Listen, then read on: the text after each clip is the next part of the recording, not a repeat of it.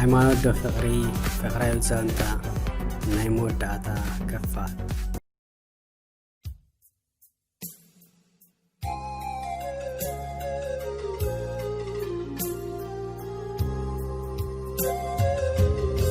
عوات هيلن أبجزا مصر آية عالتي هيلن نأخوكي أنت حتقبل متسكت أندابلا مس أقوات تطلع هيلن عوات كمزيلو كحرق نمجا مرتاكزي باينات رأس لزلا بسنبادة مخفلت كاي تفلتا كتنقطقون ترعيت عاديون بسنبادة عين كلتيون مكتأزب دحر مسنح انت يدعى رخيون تبعي سومالي دي الزخلو لألي أب حكمنا معالتاوي اندات ملابست كمزا دي تخناخناتوس انت يكون ودي بلت بوشت أمو هيلان فزيزا كي تزاربت مصر آيتا نيدا حد حاول دي مقاري انت يحاكون رقع بلسك لا كتتحرادو انت فتنت عوات اتمجمرتاكوا ناتي قواقي نيلبو عين براني يقداس هيلان كتسنبد مصر آيا صبوغيرا تسنبد أمبركا كمزغير انت زيد هيليا آيتا فارغينا اندابلا كتوهي مخانا اندا فلت زقوا أب الله زلو دحن عدا نسخت فلت نجار يبلكن نحنا دقاكينا نزراويلو بإيدا قوتيتو هزوا اندا واتسخلو عاديون عبجاها زحلبل انت بلتوكا هجون كسمعا اي كعالم داقا مسوصو سمعي هلن ناتي ناتكن نجار أبزي أبكيو بسلام انت تفلالنا وي كم حافتي كوينكي انت تقو أزنيركي داسمي بلان نيرو يا قداس كم زرعيك زلخو نحوارو قبل بيت وصي اي مثلا ازك بلا كله انون اي فتوك اي افكارك مالتي يكونن كم كل جزي زبلكي امناتنا كنلوط عينك علينا قلتينا مش امو انت يكل الزبلالنا بسلام منقدنا زين مرح مسبلا سئلا كتسمعو دحر مسنح تسم بادئة مقداف زعابيات مسل سقع مقع اندابلت كتزارو جمرت عاود حاوي كمتي دقاقي ما زبالكوها كرسا كاي كعالكون عبزنا تبكو تنتب كسد تخلقو نسخة تذكرني كبل كلاخو كمو بحوار زرقت عين بوتا كلن اخين زذكراني دمسها كي سمعاخو وي كير اخوكا انتو إلا كمزي قلنا قرز قدلني سخفكو يبلني عمين باري ترقوم نسخايخا علم بزي بأخا ترقوم يبلن سلازي عاود حاوي بجاها قلا مفتح ندلا إذن زحلفها معلتات كمي كمز أنه بعلي يزفلتو رأي نسخة قزي كمزي دينيرا انت يمثل له قرب أي دنقصة كاندي نسبلتو زقبرو تفو أقلو تسابو أمنتي تساقمي عادي بلا أواي نأخي استلا لخلا معلتي كحقو سلادي كرقما اندا بلا مس وشتو اندا على لخلو عاوتي ما انت فقرنا كتبل نابحمناتي زيت متسمو نسانا يزلني قداي ودي امسخا نحواركو نبر مسبلتو نسخ دا نامناتي امنات زيت متسبلا انت عاوتي انا دا كمي لك متس مش دقاقي ما كم زي قير نجيركا عادتي حلو حجز تسألني لك يا خي مسلمي زي خون زربا ايتزاربي فتاوي نفسا ايتخوني حلو حجي قزاخي دقاقي ما حانت كراقا قزالك زخل نقر انت لو ساماي مدرني اللاقب انا نسخن كم احوات انت زيكونو كم فقرات كنكايد سلازين كال مسناي معرخ قلطيف كحدارك جبري حجي كفانو كن انا بمنت يا اخي مسيخ اندابله تبقسه امبركه ماكينه اف دغ غزو سلازي رأي هراي اوتي نسحه طرح تليفون ايت اصوني كم قدم ككونلي حجي خيلي غنا نزي غداي قس انك حسابلو اندابلت نا ماكينه اشيغات لازنبرت بوتا كادت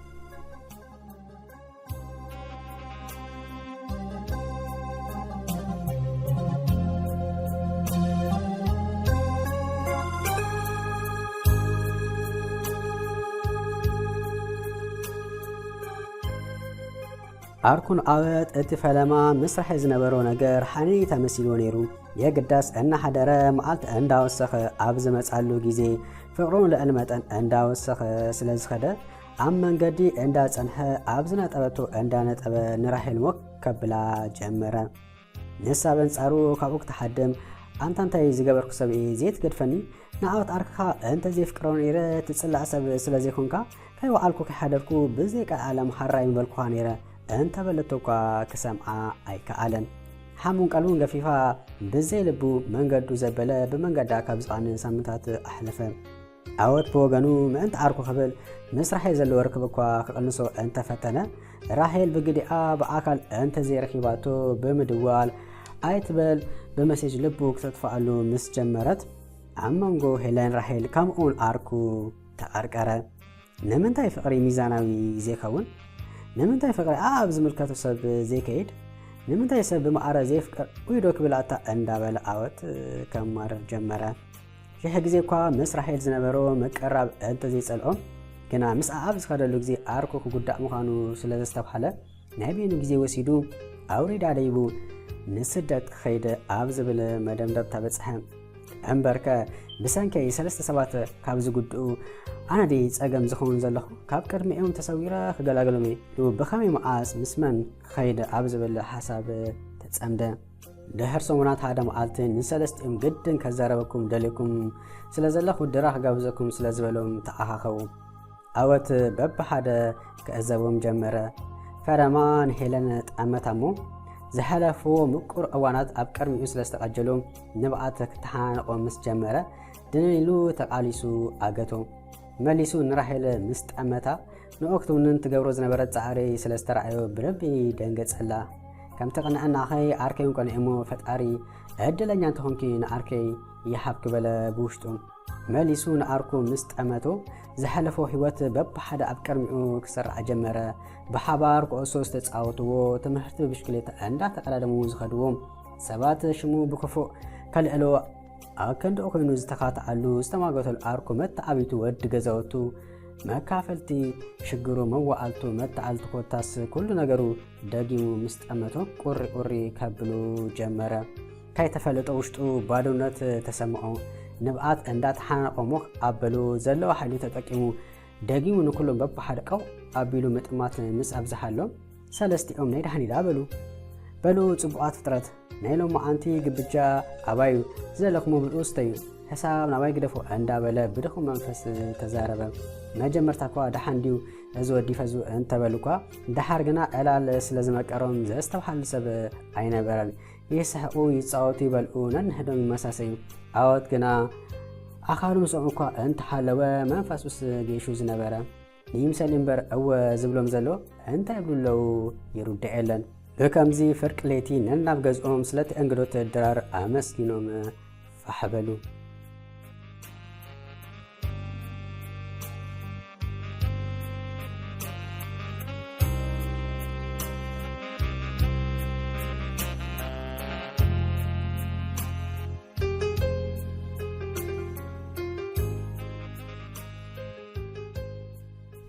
ንጽባሒቱ ዓወት ካብ ስመራ ተበጊሱ ብመንደፈራ ኣዲ ኳላ እንዳበለ ማኣስካር ህንጻጽ ዝተረኣየ ካብ ዝብገስ ክሳብ ዝኣቱ 3 ሰሙን ስለ ዝገበረ እሞ ከዓ ክብገስ ከሎ ንዋላ ሓደ ሰብ ስለ ዘይነገረ ኣዲኡ ተህዞን ትጭብጦን ጠፍኣ። ብስራሕ ምክንያት ዲኬሽ ከም ዘሎ ነጊርዋ የግዳስ ብሰላም ኣትየለኹ ካይበላ 3 ሰሙን ዝኣክል ሽርብ ምስ በለ ዓብያቲ እንዳበለት ኣብዚ ኣተወተ ቦታ ዘይፈንቀለቶ እምኒ ዘይፋሓረቶ ጉድጓድ ኣይነበረን። ኣርኩ ጉዳ ኩሉ ነገር ካስተብሕለሉ ስለ ዝቐነየ ስግረዶ ከም ዝኸደ ስለ ዝጠርጠረ ብሰላም ንክኣቱ ጸሎት ዝገብረሉ ዝነበረ። ሄለን ደዊላ ክትረክቦ ስለ ዘይከዓለት ገዝኦ እኳ እንተኸደ ደሓዩ ክትረክብ ኣይከዓለትን። ኣድሪሩና ናበይ ተሸሪቡ በለት። ንብዓት ናይ መዓልታዊ መግባ ኮነ ናፍቆት መዳረብቲ ይሰኣነትሉ። ኩሉ ነገር ክትጽልዓ ጀመረ። ምስ ማንም ሰብ ክትዛረብ ኣይደልን። ንርእሳ ተረብሻ ንወላዳ ረበሸቶም። ራሒሉን እንተኾነ ድሓይ ዓወት ክትሓትት ርክባ ምስ ኣርኩ ኮነ ማራ ተሻቐለት ዓብያቱ ይኸውን እንዳበሉ ኩሎም እንዳተጨነቑ ከለዉ መወዳእቱስ ዓወት ናብ ኣርኩ በፌስቡክ ስግረዶ ከም ዝኸደ ኣብ ማኣስካር ሕንጻጽ ከም ዘሎ ካይነገሮ ብምኻዱ ይቕሬ ተሓቲቱ ነዲኡ ክሳብ ዝድውለላ ዳሓን ከም ዘሎ ከነገረሉ ምስ ሓበሮ ከምታ ዝተብሃሎ ስለ ዝገበር ኣዲኡ ተመስገን ኣምላክ እንቋ ዝወደየ ብህይወት ጥራሕ ኣለወ በለት። ሄለን ነዚ ምስ ሰምዐት ናፍቆት ዓወት ሞት ኣደ ኮና ልዕሊ ኣቐን ከበዳ ከምዛ ኣቦ ኹሜቱ ዝተብሃለት ተጠሊዓ የዕዌት ኣዝያ በኸየት። ምዃነ ሓቂያ ክንዲ ኣቦኣ ኣዲኣ ሓዋ መሓዛ ኣፍቃሪያ ክንዲ ኩሉ ዝነበረ እንተበከይት እውን ኣየክፍኣላኒ። ብሰንከይ ተሰዲዱ በለት ወይ ኣነ ቀርስስቲ ነዚ ብሌን ዓይነይ ካብዛ ቅድመ እባ ሰዊረዮ እንዳበለት ጸጉራ እንዳነጸየት ኣምሪራ በኸየት። ካይተረዳኣ ጽልልቲ መሰለት ዝረኣየ ሰብዓ ክዛረብ ጀመረ። ቀደም ብጽባኣ ይዛረቡላ ከም ዘይነበሩ ነብሳ ወዲኣ ተበላሻ ምስ ረኣዩ ሃይማኖ ትኾን እንዳበሉ ገሊኦም ክድንግጽሏ ከለዉ ገሊኦም ከዓ ከንፈሮም ረምጠጡላ ኣቕላ ጸባ ነብስኺ ኣጥፊ መጻ ራሄል ተኾነ ኣይ ከም ናይ ሄለንን እምበር ካብ ምሕዛን ኣዲ ኣይወኣለትን የግዳስ ዘጸናንዓ ሰብ ኣብ ጎና ስለ ዘረኸበት ብመጠኑ ክትረጋጋእ ዝከኣለት ሳላ ኣርኪ ዓወት ክልተ ሰሙን ህንጻ ጸኒሑ ዓወት ናብ ሱዳን ካርቱም ሰገረ ካርቱም ኮይኑ ንሄለን ምስ ደወለላ በቲ ሓደ ድምፁ ስለ ሰምዐት ሕጉስ እኳ እንተበለት በቲ ሓደ ግና ንብኣት ከዛረባ ስለ ዘይከኣለ ካርዲ ኣብ መንጎ እንዳተወድአት ሙኽ ኣበላ ዕብዱ በላእቶ ማራ ኣደንገጸቱ ዘላቶ ኩነታት ንክግምት ኣይተጸገመን ኣርኮን ስለ ዝነገሮ ዝሓይሽ ፈታሕ ኢለ እንታ ተሰርኩስ ዝገደደ በለ ሕጂ ንቅድሚት እምበር ንድሕሪት ዝበሃል የለን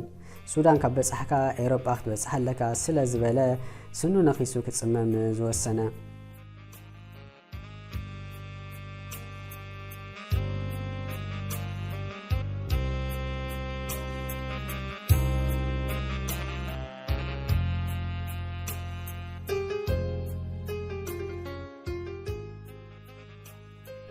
ሄለን ካብዚ በይነይ ዝሳቐ ንሱዳን ከርክበ ኣለኒ እንዳበለት ዘስገራሰብ ክደሊ ጀመረት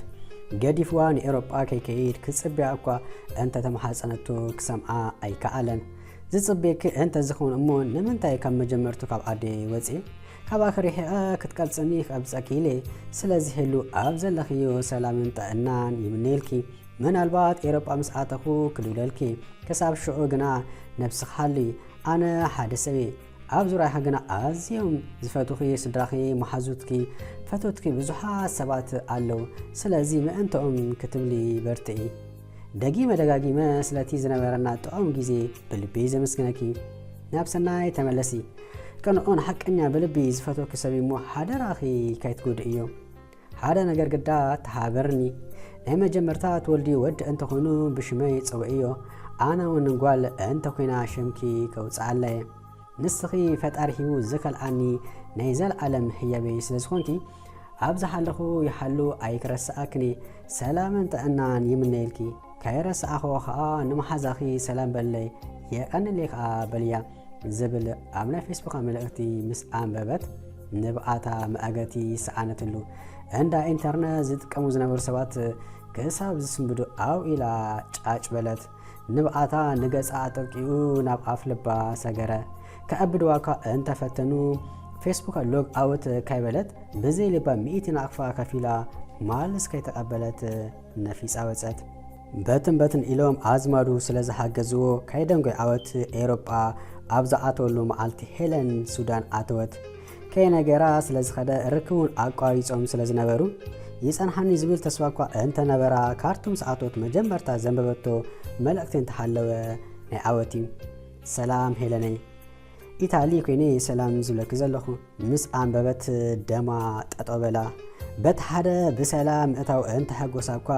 እዚ ኩሉ ክተርክቦ ኢላ እግሩ ከምዘይ ሰዓበት ብዘይ መርከባ ማራ ኣሕራቃ ኣንተ እንታይ እዚ ዕድለይ በለት ናበይና ሃገር ኢኻ ክትኣቱ ንገረን እኳ እንተበለቶ ክነግራ ኣይከኣለን ፖሊስ ሱዳናውያን እንዳሓዝዋ 3 ግዜ ፈቲና ምስናጥ ስለ ዝዓበያ ካይተበገሰት መዓልቲ ብመዓልቲ እንዳተኻኸ 2 ወርሒ ኣብ ሱዳን ምስ ገበረት መሊሳ ንኤውሮጳ ክትብገስ እንዳበለት ሰናይ ደበኽ በለ ንሱዳን ዝግበር የለን 2 ግዜ ሞሊቃ ክትከይድ እኳ እንተሓሰበት ሰናይ ካብ መንገዲ ኣትረፋ መወዳእትኡ ወረዓቕቲ ኣሳሊጡ ንኣንጎላ ሒዝዋ ምስ ከደ ኦሮማይ በለት ተስፋ ንዓወት መርካብ ጨለሎም ክብላ ተፈለጣ እዚ ኩሉ ዓመታት ምስ ዓወት ዘሕለፈቶ ሕውነት ፍቕሪ መትሕላይ መፈጸምቱ እዚ ኮይኑ እንዳበለት ማራ ሓዘነት ግዜ ተመጢጡ ኣብ ኣንጎላ 8 ወርሒ ምስ ገበረት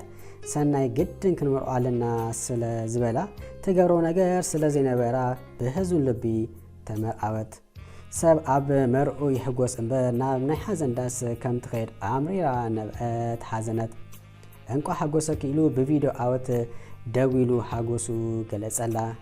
በቲ ሓደ ኣርኩ ንዓወት ንራሄል ከጸናንዕ ምስኣ ምሄር ምቅራብ ስለ ዝገበረ ዓወቱን ንክልቲኦም ቀጠለ መብራህቲ ስለ ዝወላዓሎም اسكا كفتنك إلى فقري مس أركو جمرت كلهم ببوتهم حازو عوت تمسجن أملاك أنقع بسنك فقري كاب أمنتي أيازنا بالكاني هايمانو دو فقري أنا سن حيمانتي مريسة نسخم كنمنو ممرسكو اندابلا نياديو زرابا أبزخونا جزي ساعت نحجركا هايمانوتكا عواغا أداغا كي تأتو تبل هلاغا تحانجيتو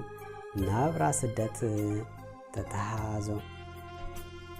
ሃይማኖት ዶ ፍቅሪ ኣስራይ ንሙዳእታ ክፋል ነዚ መስል ነይሩ ካብ መጀመርታ